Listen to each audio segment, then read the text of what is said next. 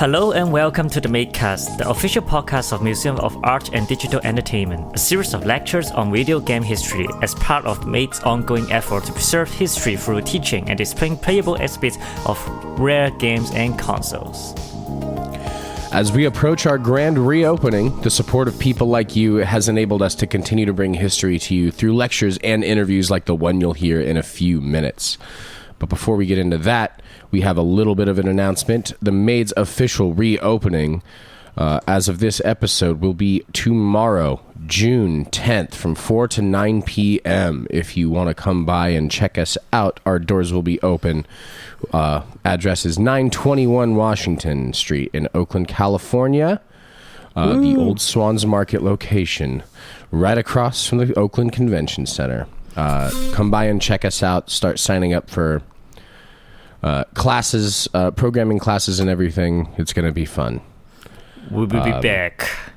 We are back. Alrighty. But first off, I'm Red. I'm Chin. And I'm Miles. Today we're talking about one of Bungie's first titles, Marathon. It's one of their first titles. It's basically the blueprint for Halo, if you know anything about Marathon and As Halo. a guardian of Destiny 2, I can definitely say there are a lot of stuff I see in Halo and also in Marathon that I can feel they can be where Destiny 2 come from. Mm-hmm. Yeah, this was a very, very big game, very popular game. It kind of changed first-person shooting, that genre, forever. This is going to be an exciting game to talk about, and we'll get right into that. But first, we have a little bit of news to get into. Yeah, so after 28 years, after 28 years at Square Enix, Kingdom Hearts co-creator and producer Shinji Hashimoto is retiring. Imagine working 28 years in a game company and continue on making good games. Mm-hmm. Yeah, no, it's very exciting, but I think he's retiring now and like leaving the next generation of the Kingdom Hearts games for the next generation of programmers. Given 3 games and, well, I have my own Kingdom Hearts talk that I've shared plenty, so if you start talking about that, leave that alone. At least 2 episodes, I guess. Yes, maybe one of these days we will get into the Kingdom Hearts lore and everything about it, but not today. Well, I think in keeping with the Kingdom Hearts talk, it should be in 3 parts. The first part should be done next week. The next part should be done next year. Yeah, and the third part, we're not going to say when it comes out. Yeah, the third part you're not going to see. We're going to promise it on one podcasting platform and then release it 10 years later on another podcasting platform. That's a very Kingdom Hearts stuff to do. We're going to actually, one of the episodes is just going to be a written mail letter that you're going to have to send in to receive. Wow, that's very cool. Yes, it's a visual only podcast episode, but not digital. It's also known as a book or a magazine. Mm-hmm. Yeah, we'll probably finish the last episode by the time when Cyberpunks become reality. Exactly. In other news, Respawn Entertainment has announced the next Star Wars game that they're working on, Star Wars Jedi Survivor, the follow-up to Fallen Order. I'm excited for this. Did either of you play Fallen Order?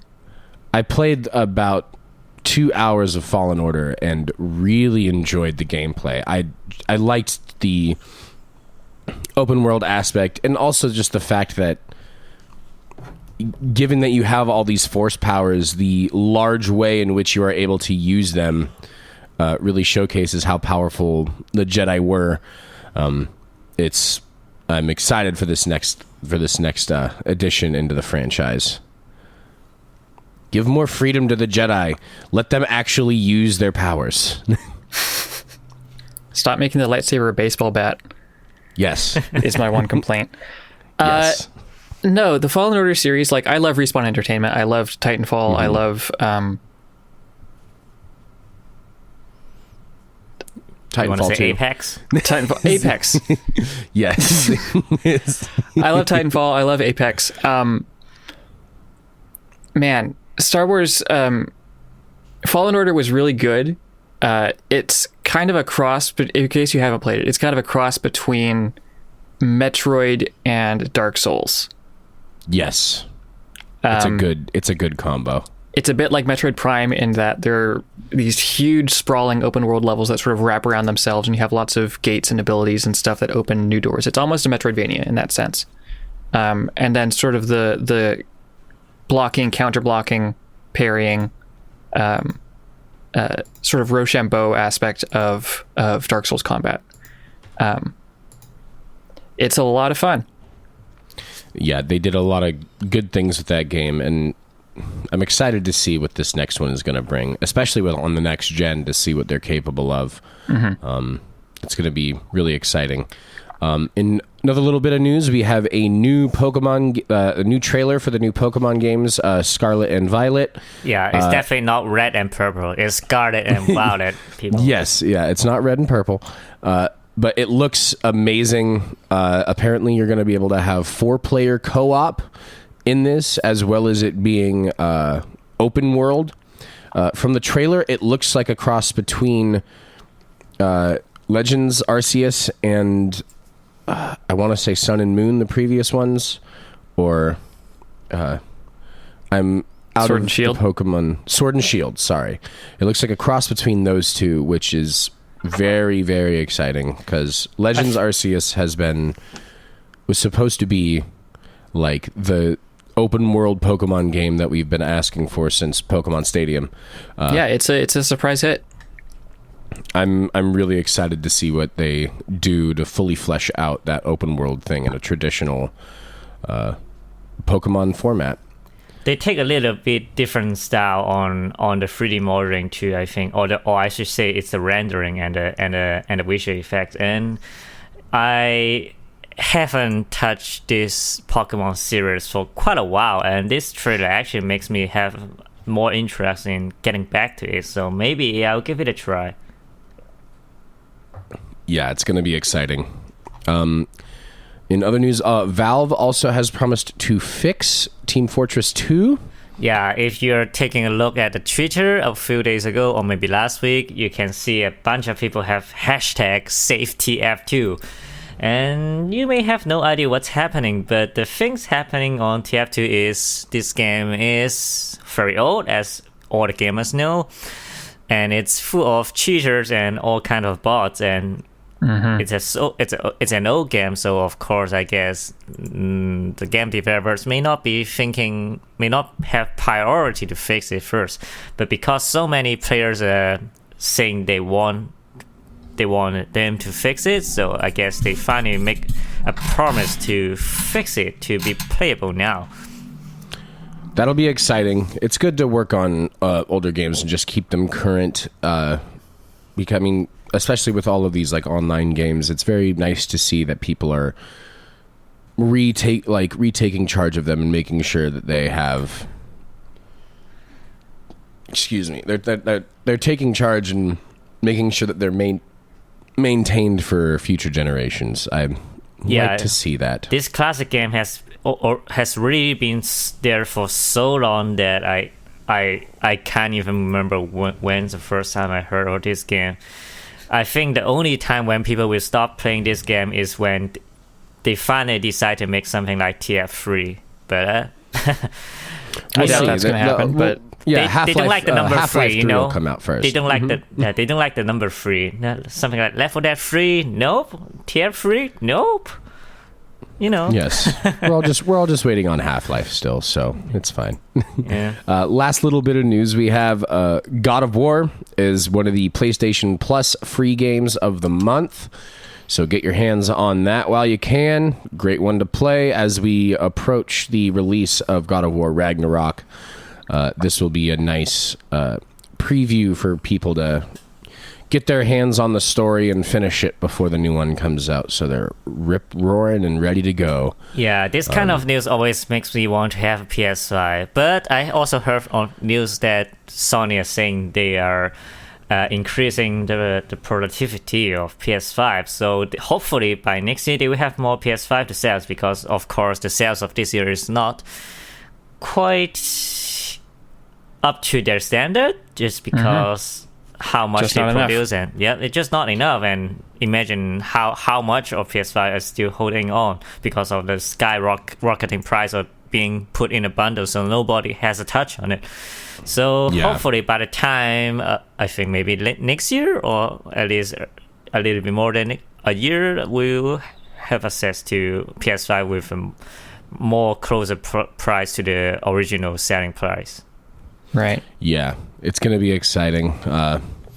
Looking to get my hands on one eventually, but we will see. We will see. Yeah, please. I really want to play Final Fantasy 16 by the time it releases. So please, Sony, help a guy out. Let me Come on, pay. make some Let more. me pay you. Let me pay money to you. Let me give you money. Please take my money. Well, I think it's about time we get into the main chunk of this episode. Let's get into Marathon. Alrighty, so Bungie originally started with Alex Seropian's Pong clone GNOP, G-N-O-P, in 1990, released on the Mac 2. 2 years later, he joined forces with Jason Jones to publish Jason's game, Minotaur, The Labyrinths of Crete. And then they, a couple years later, they hired their first employee together with Bungie as Doug Zartman in 1994. So, Bungie released Marathon in 94, later released in 1996, along with Marathon 2 on the Pippin. So the big thing about Bungie releasing their game on Mac is there wasn't very many Mac games that were enticing at the time. It was all console or PC. Mac games specifically were not huge at the time. Yeah, it was a big deal that they were releasing shooters and like big games on a Mac platform. Like that was kind of their thing for a long time. Yeah, for a long time. It's interesting to hear because Bungie is almost synonymous with Microsoft nowadays. After the release of Halo, of course, but it was really interesting to see how they got their start with the Mac and all the innovations that they brought with Marathon into first-person shooters.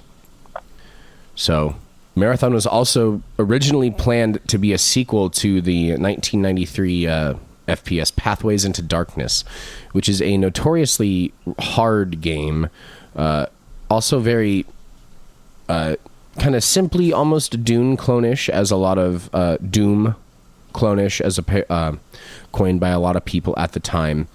But very different aesthetic, much more sci-fi, not necessarily as demonic and hardcore as Doom was. Mm-hmm. But I believe Marathon was announced at July of 1994, but before the game actually released in later of the year, the game was actually leaked for 2 times of its early beta on the internet.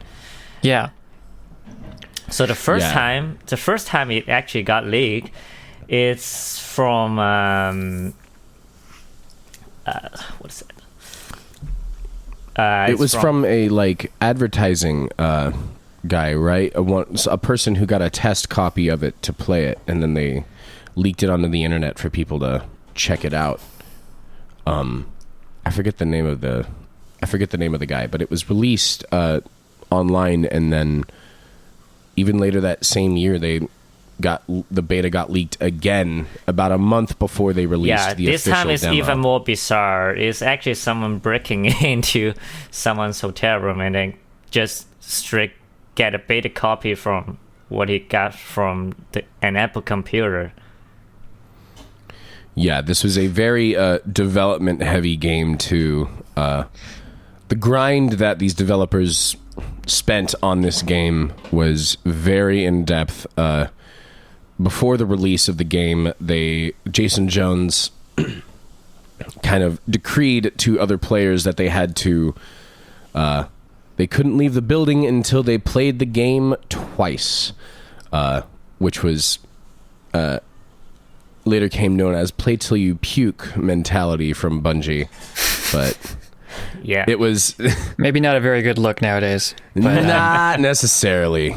But this was much more independent. Like, this was back in the day where these developers weren't these giant corporations necessarily. They were more independent passion projects for some of these people. Yeah, you can tell from there's actually a Marathon scrapbook there. They have noted a lot of their pictures and how are the comments to the events, what during the development of Marathon. If you want to take a look of it, it's really fun. You can tell the Bungie on those days are a really fun team developing a game, and they're way much more playful. And I really like to take a look at the comments on the pictures of it. You can tell they're just a group of dudes and doing fun stuff. Mm-hmm. Yes, doing fun stuff like getting no sleep and foregoing meals in order to make sure that this game gets released on time. Yeah, and having a bunch of Domino's pizza. Yes. Only the best for the developers. So Marathon was first introduced at the 1994 Macworld show in San Francisco. I think it was January or February. And it didn't drum up much interest. It wasn't really that exciting of a thing at the event.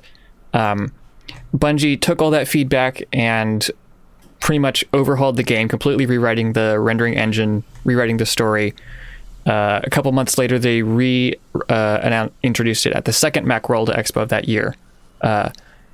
And it was much more successful at that one. And that was in August, and it was released in December. So they completely revamped it in under a year. Yeah, they also had a bunch of pre-orders at that second Macworld show in Boston where they they had a bunch of pre-orders, but they were also promising to release the game within 2 weeks of that launch. Which, as you know, it was even back in 1994. You don't necessarily need to pre-order games until they're out, until they're done. They had, it was interesting. I mean, they were rushing to finish this game and ship it out, so much so that the first copies of the games were not even shipped in a box. Not even shipped in a box. They were shipped in 4 individual floppies, I think 4 4-inch floppies, and the manual kind of saran wrapped together. Which, if you have one of those, you were a lucky first comer to Marathon. But throughout Marathon's changes, they had early plot suggestions for the game were also ones that were suggesting you were on a human colony ship.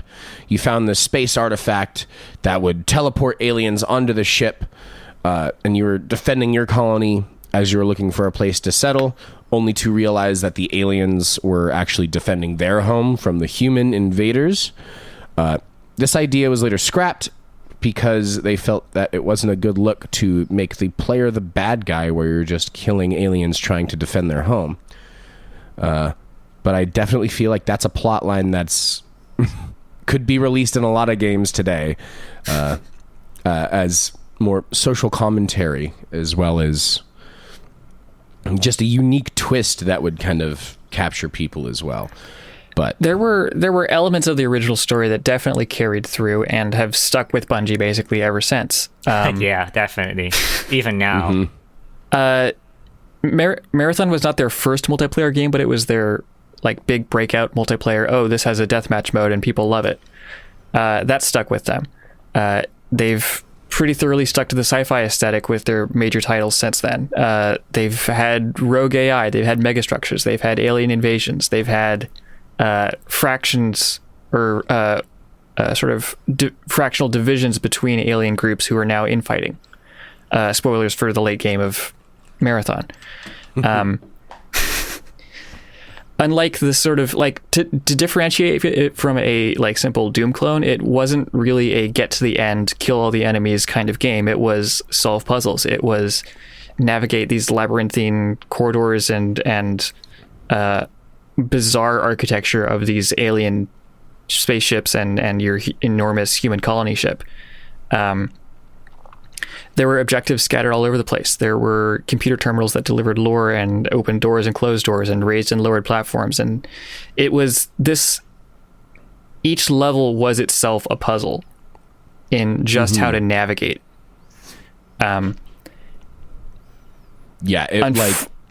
Labyrinthian describes it very much to a T. Like, you can get lost in the map very easily. I mean, because it had upper levels and lower levels, and if you went to a terminal to look at the map, you could... It was just very kind of all over the... Not necessarily... It was well designed, but it was very confusing to navigate. Find yourself locked in corners.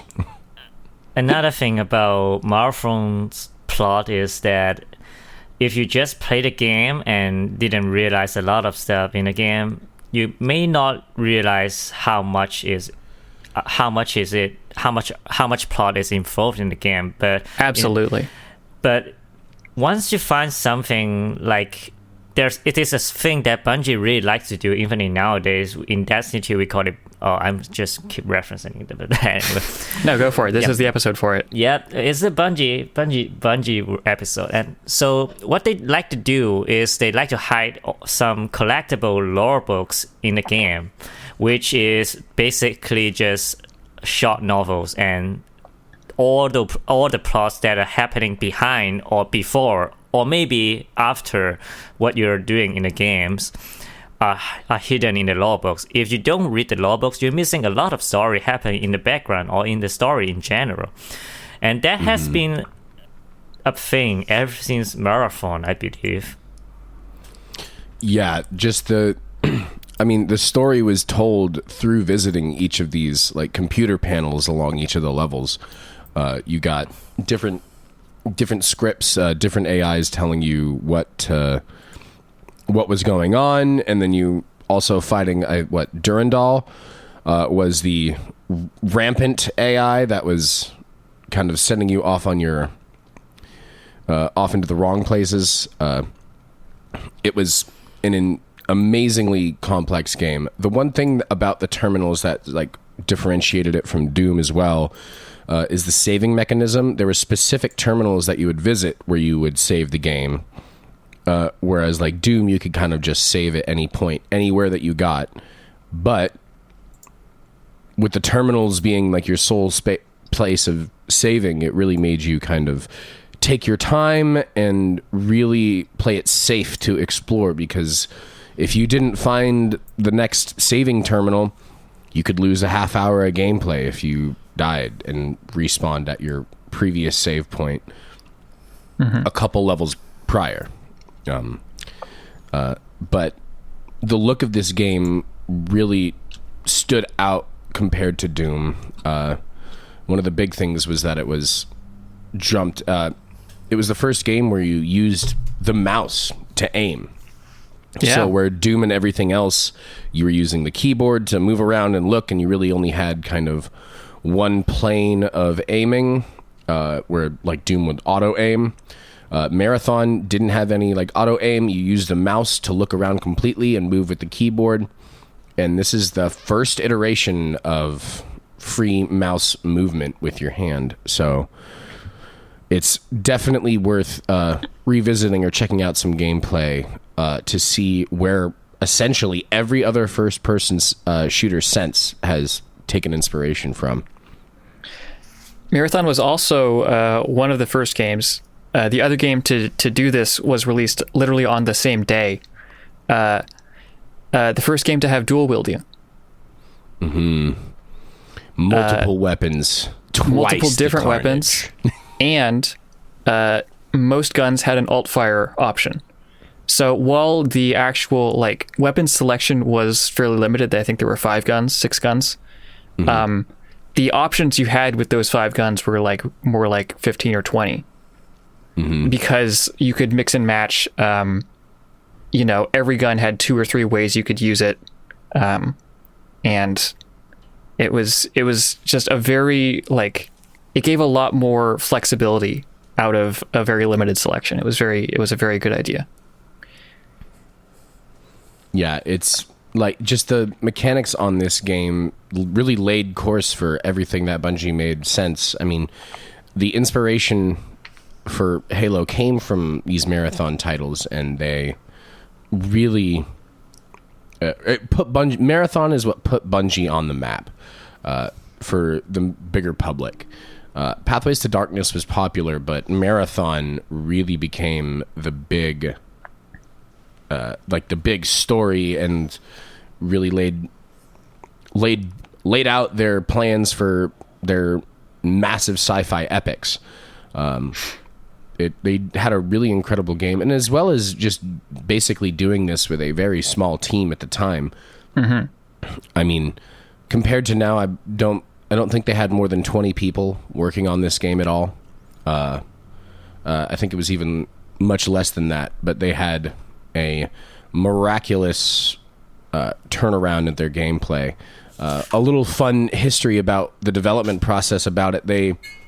When they were essentially redesigning the entire single player levels, they said they weren't really having fun, and they kind of made the mistake for about 4 months of only play testing the deathmatch and online modes with each other. You're like, all right, we got this down. This is the fun part of the game. And then like, oh yeah, we need to make the single player levels for people who can't do online.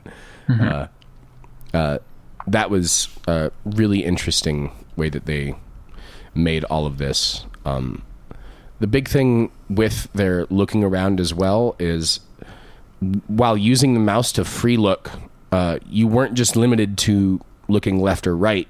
You could actually look up and down with the mouse, which used a parallax effect on the screen, so you were able to look up and not kind of mess with the code, or like just change, like glitch out when you're looking around in 360 degrees of motion.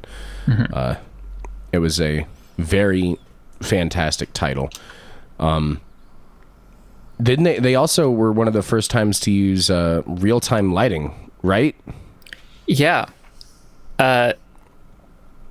So basically, to go back with rewriting their rendering engine, they added the ability for your guns and enemy guns to emit sort of light spheres, which led to some really good looking scenes where you're in these very, very dark areas, and basically your only illumination, your only way to see where the enemies are, because some of them are even invisible, was to shoot your gun and sort of light up the area around you and see what was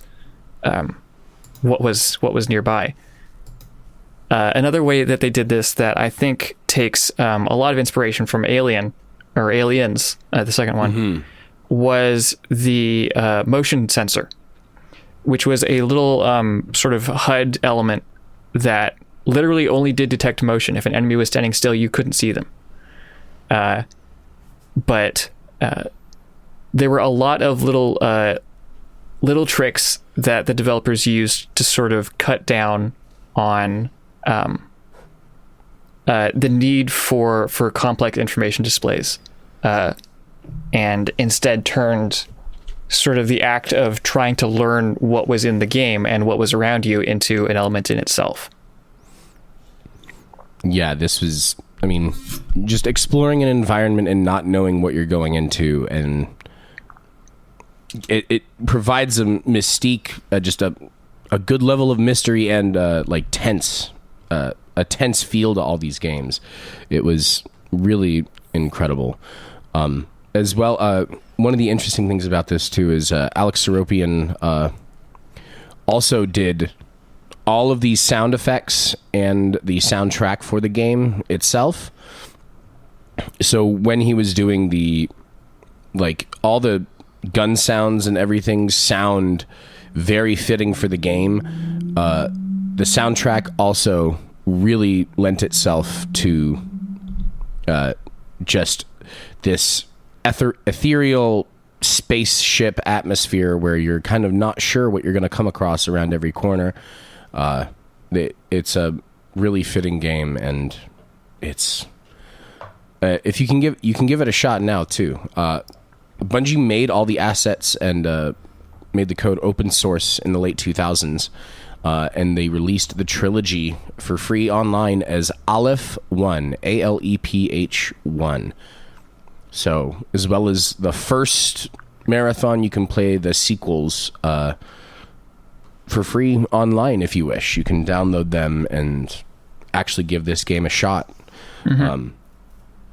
One of the interesting things about the game itself, too, is this is back when manuals and other things actually provided story and good tips and tricks for the game, rather than just going on to a Discord channel and talking to everybody else and finding out little tips and tricks. The manual was actually where you had the intro to the story of Marathon. So you would go into Marathon, you would read how the Durandal AI actually started to go rampant. That was the beginnings of that AI bugging out, and then it would take you into where you start the game, and then you would load up the game and play it from there. It's quite a unique and original. I really wish that they would have more games like that with really good manual design, but I guess that's not in the budget for these gigantic AAA games nowadays. It's like we can just program the manual into the game. But yeah, Marathon has definitely left its hit. As well as like the Bungie symbol that you see on everything, that little circle with the essentially the circle with the line into it that looks like an upside down power button almost.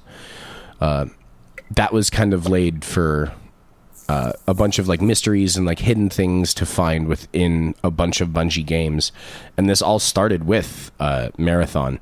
Like certain levels, as you would pan out, would actually look like the symbol, and you're like, oh, this must be some secret available in this one area, or oh, this item has this logo. What could this mean for like the meta game? What could this mean for other secrets within Marathon to find while you're exploring around your spaceship, as well as getting transported to the alien spaceship and checking around, finding little secrets hidden there.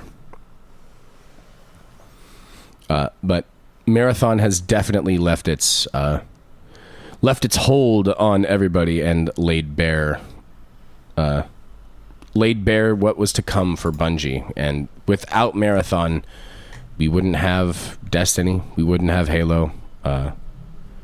It was definitely brought Bungie to the forefront of first-person shooter games, as well as almost kind of saved Mac gaming as well.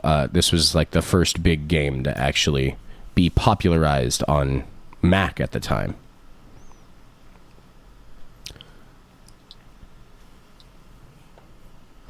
I think that's about...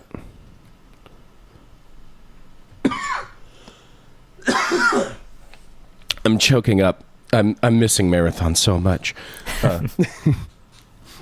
This will be a great game to check out, and one that you will be able to play at the museum as well. So come by and check out Marathon and see where Bungie kind of got their start. So as we wrap up this episode, let's dig a little bit into what we've all been playing. Anything interesting? Anything exciting? So a couple days ago, I started playing Gunfire Reborn, which came out on Steam, I don't know, last year. I think it's still in early access, but it's pretty good. It's kind of a roguelike dungeon crawler first-person shooter. It's very, very stylized. It's a bit Borderlandsy, where you sort of just wander through this procedurally generated dungeon and pick up guns and switch ammo types and use sort of like one or two abilities that each character has.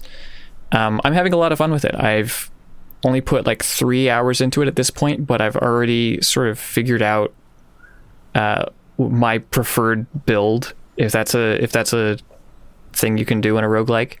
Mm-hmm. But no, it's a lot of fun.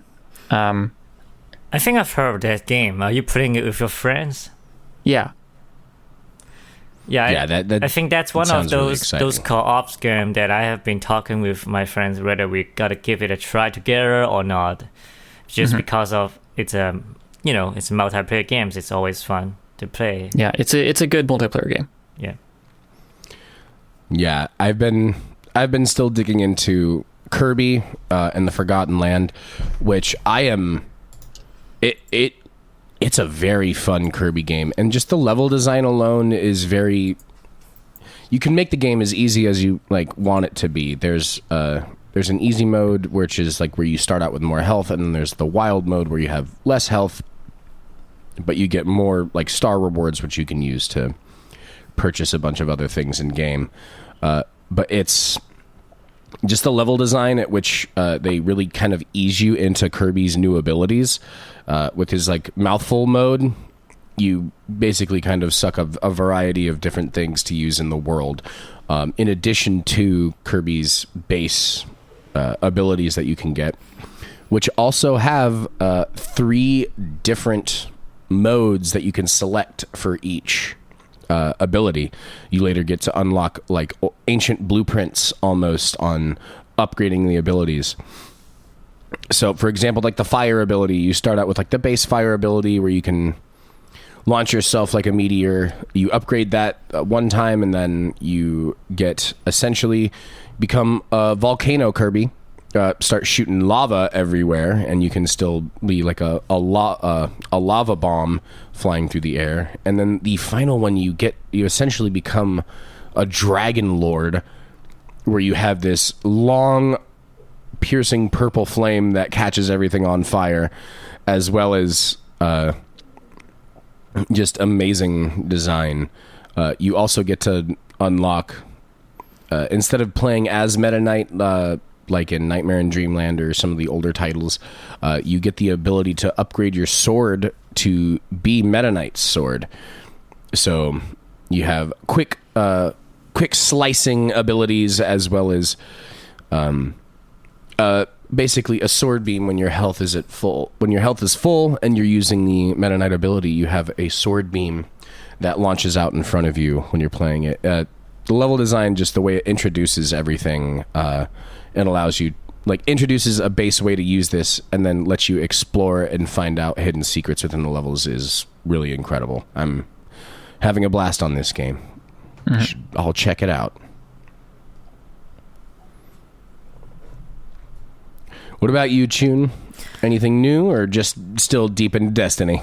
I'm just still, you still have to spend some time on grinding when the season just start early. So I guess I've been grinding for a while until I guess the end of June, when Monster Hunter Rise Sunbreak finally release. So yeah, that's going to be exciting.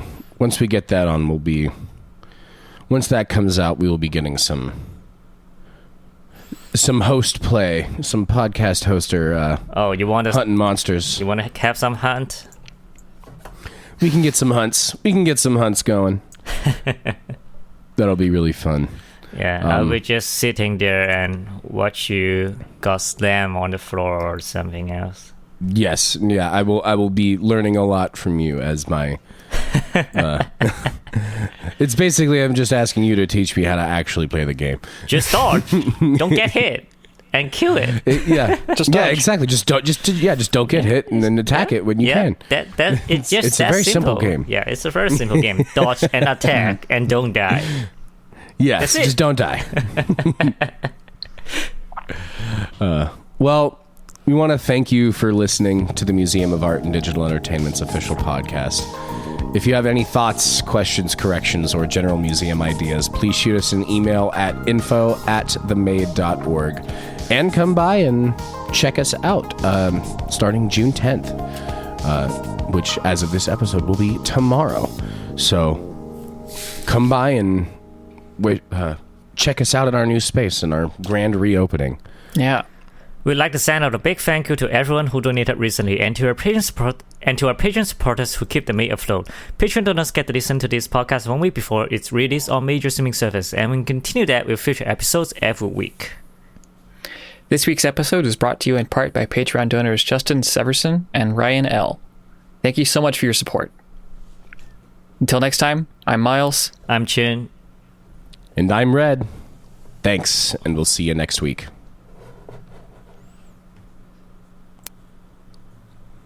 Later, gamers. I thought you're not gonna say it, and